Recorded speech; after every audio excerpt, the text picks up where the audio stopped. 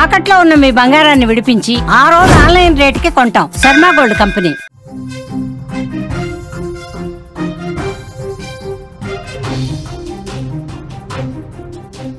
నెల్లూరు పెన్నా నదిలో 14 మంది చిక్కుకున్నారు.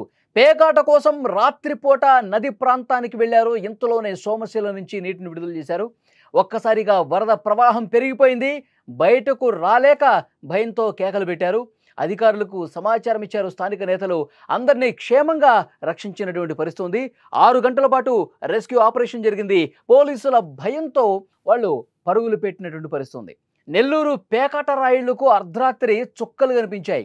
జూదం ఆడేందుకు వెళ్లి ప్రాణాలను రిస్కులో పెట్టారు. అధికారుల చొరవతో అంతా క్షేమంగా బయటపడ్డా కాసేపు మాత్రం జూదరులకు చెమటలు పట్టాయని చెప్పాలి.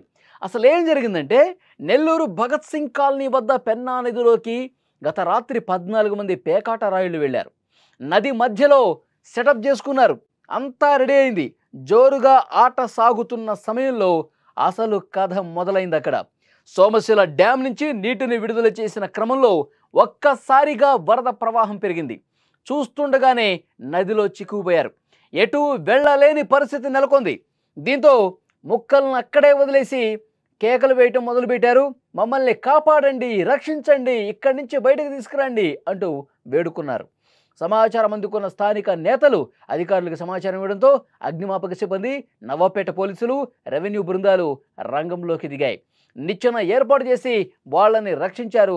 ఆ నిచ్చెన సాయంతో వాళ్ళు ఏ విధంగా పైకి వస్తున్నారో స్క్రీన్ మీద కూడా మీరు చూస్తూ ఉన్నారు. పోలీసులు, అగ్నిమాపక దళం అక్కడ రెస్క్యూ చేసి ఒక నిచ్చెన సాయంతో వాళ్ళందరినీ సురక్షిత ప్రాంతానికి పైకి తీసుకొస్తున్నటువంటి దృశ్యం మీకు కనిపిస్తుంది. 14 మంది పేకాట రాయుళ్ళు దర్జాగా పేకాట ఆడుతున్న సమయంలో ఒక్కసారిగా వాటర్ వచ్చేసి వాళ్ళని ఒక కుదిపేసింది.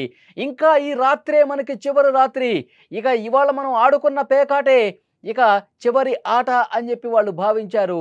ఇక భయంతో వణికిపోయారు. తమకు తెలిసిన వాళ్ళకి ఫోన్లు చేశారు. వాళ్ళ ద్వారా నాయకులకు ఫోన్ చేసి, పోలీసులకు ఫోన్ చేసి అక్కడికి చేరుకున్న తర్వాత రెస్క్యూ చేసి ఎట్టకేలకు వాళ్ళని కాపాడిన పరిస్థితుంది. ముందుగా ఓ 9 మందిని బయటకు తీశారు. అయితే మిగిలిన వాళ్ళు పోలీసుల భయంతో పరుగు పెట్టినట్టుగా తెలుస్తోంది. వాళ్ళని కిందకి దిగి గాలించే పరిస్థితుంది. మైకులో పిలిచినా రాకుండా అధికారులకు ఇబ్బందులు కలిగించారు కొంతమంది. చివరికి వారు కూడా క్షేమంగానే ఉన్నట్టు సమాచారం.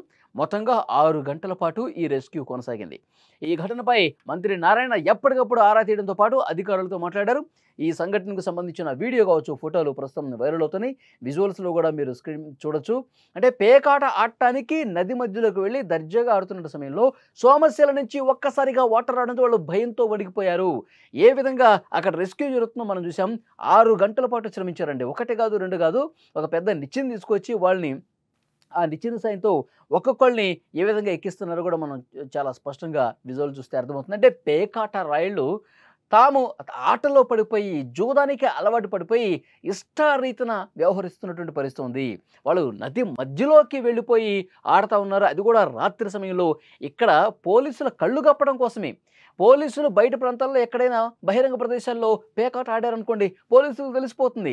వాళ్ళు వెంటనే వాళ్ళ ఆట కట్టిస్తారు, వాళ్ళని అరెస్ట్ చేస్తారు, లోపలేస్తారు. పోలీసులకి కంటపడకుండా మనం ఏం చేయాలి అంటే ఈ విధంగా నదీ పరివాహక ప్రాంతాల్లో ఇటువైపు అసలు ఎవరూ కూడా రారు.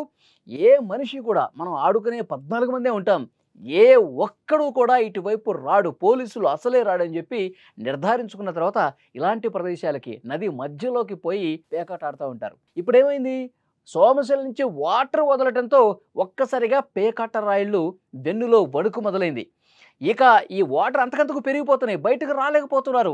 ఈ రాత్రే మనకి చివరి రాత్రి అని భయపడిపోయి వాళ్ళు తమ స్నేహితులకి, ఊళ్ళో ఉన్న వాళ్ళకి ఫోన్ చేస్తే వాళ్ళ సాయంతో ఈ అధికారులకి సమాచారం తెలిసిన వెంటనే వాళ్ళని కాపాడే ప్రయత్నం చేశారు.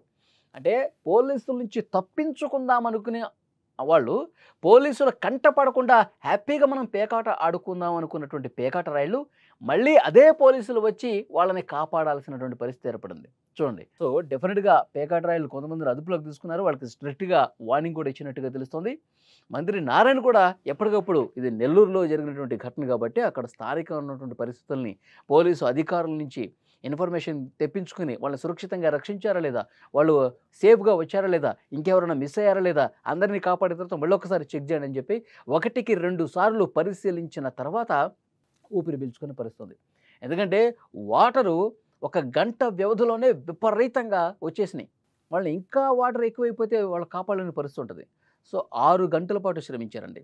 6 గంటల పాటు శ్రమించి ఆ పేకాట రాయల్ని పోలీసులు సేఫ్గా బయటకు తీసుకొచ్చారు. నిచ్చెన సాయంతో తీసుకొచ్చిన పరిస్థితి ఉంది.